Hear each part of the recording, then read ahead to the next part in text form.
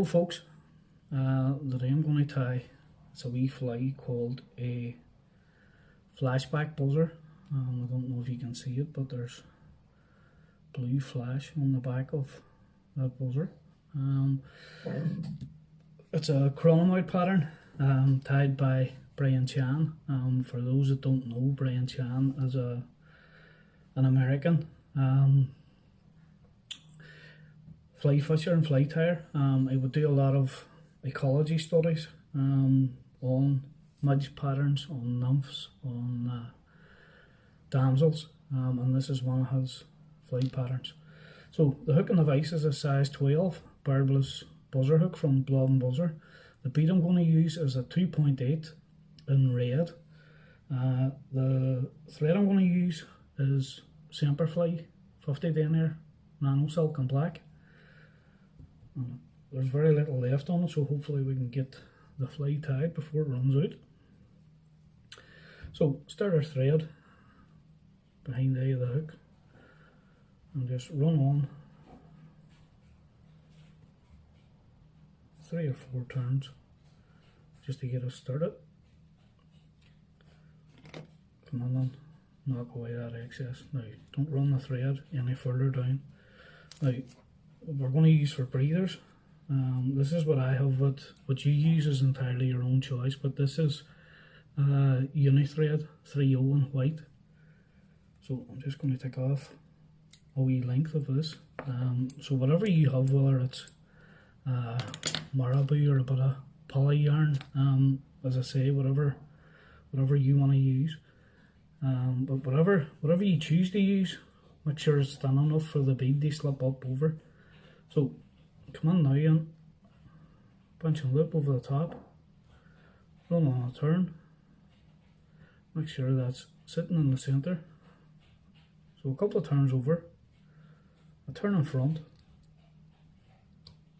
a turn on behind, and then come on and give your 3 turn loop finish behind that thread.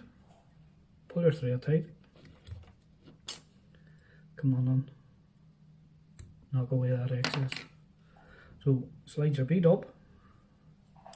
Now don't touch the breathers just yet. We'll cut them to length whenever we get the body run on the fly. So we'll just adjust this hook a wee bit so it holds better. So back in again with our thread and run on 3 or 4 turns just to give us a grip. Come on and knock that away. Now the rub on the fly is a piece of gold wire. So just take off a length of our gold wire, slide that on the back of your bead, and then start winding the thread down and bringing the wire down round the end of the hook. So the fly, this is dubbing from Waldos fruit flies, and the colour that I have here is light olive with red and pearl. It's like a golden olive. So I'm just going to come on, take out a pinch of the dubbing. Now we don't need very much of this dubbing, as I say, just slightest pinch, turn the hook over, come on and dub that on our thread. Now this dubbing from Waldos Troot flies is very good stuff. It's very easy to dub onto the thread, and it gives for a perfect shape on buzzers and nymphs. Now I've showed in previous videos the easiest way to dub, so for anybody that's only new to the channel, if you check back, I can't remember what fly it was, maybe a couple of flies where I showed the easiest way to dub. So dubbing on, give one full turn, come on then and each turn that you're putting up, tighten on your dubbing and run that towards the bead. And as I say, it's excellent dubbing, especially for keeping the body shape of nymphs and buzzers. There's just enough flash without being overly flashy or overly bright. So run our dubbing up behind the bead. Come on then. Tie that down. Now, the next part on the fly is a piece of green holographic tinsel in a medium. So I'm just going to take off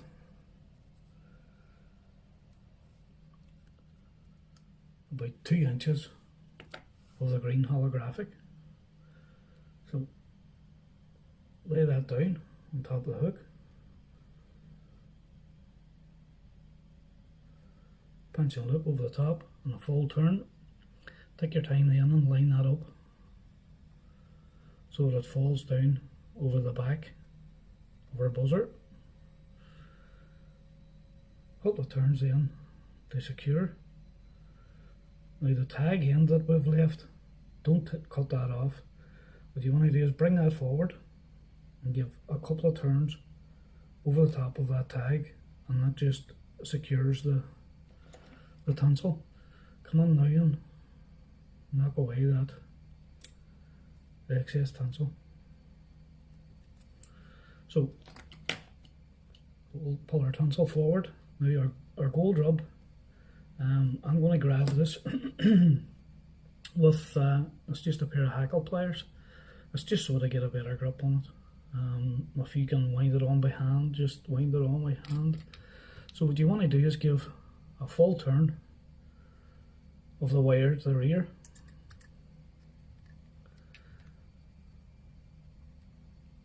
Then pull that tinsel down over the back. I'll turn it over and let you see. Down over the back of the buzzer so that it sits flat down along the shank. I'll have to turn it back up again because I can't see it. So pull our tinsel down over the back, trying to keep it flat. But on your first turn, and then take the time and line that up and make sure it's sitting flat over the back of the shank. So then start and wind your wire forward, and every time you come over the top, just take the time and make sure that that holographic tinsel is still sitting on top of the shank in the middle, and you haven't pulled it over to the one side. So you want to bring up 5 or 6 open turns on the way up to behind the bead. Come on your thread, a couple of turns in front, a couple of turns behind, and come on then and helicopter off the excess. So our holographic tinsel. Now don't cut this up tight to that turn of wire. You want to leave about 5mm at the back of the hook. And what that does is it gives you like a wee tail here. Now these breathers, lay your scissors down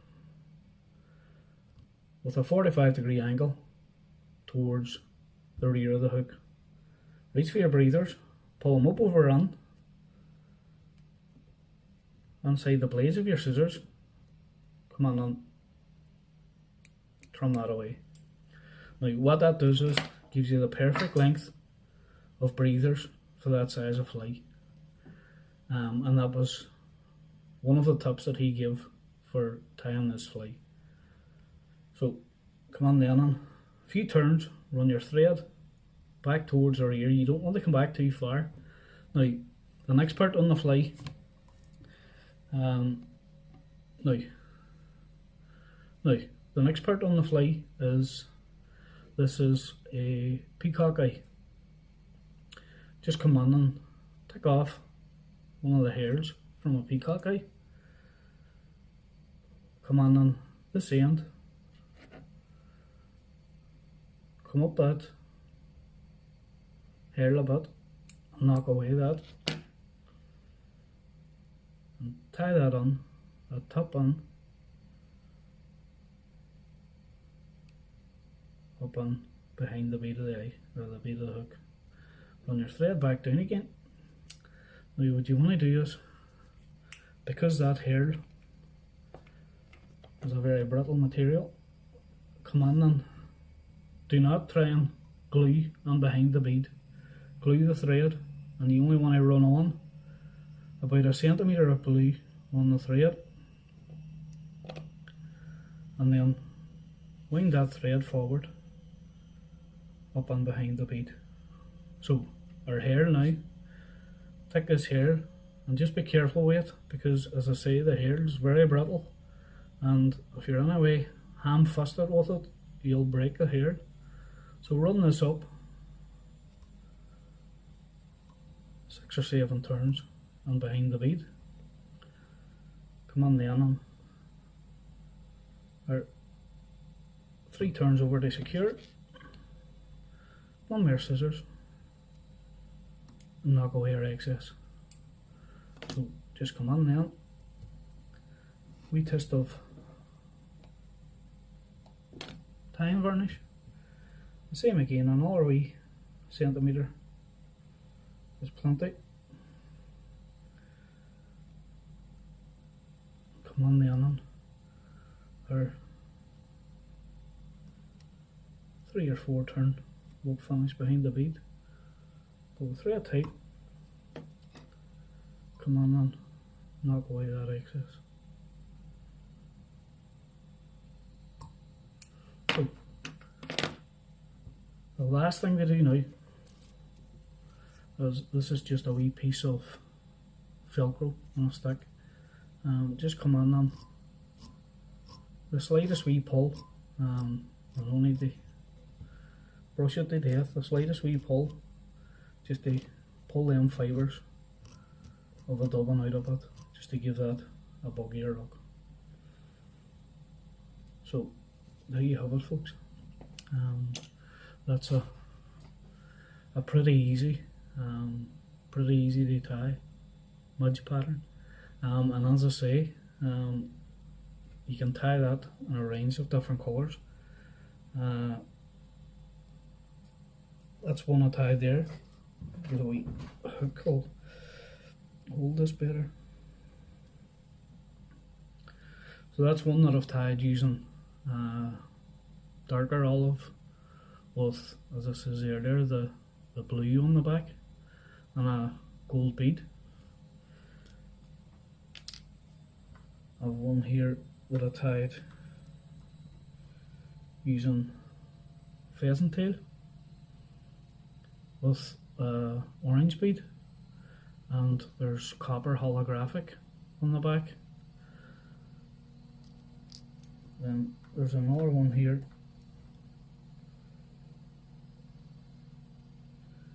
using pheasant tail with a copper bead and copper holographic on the back. And then the last one that I have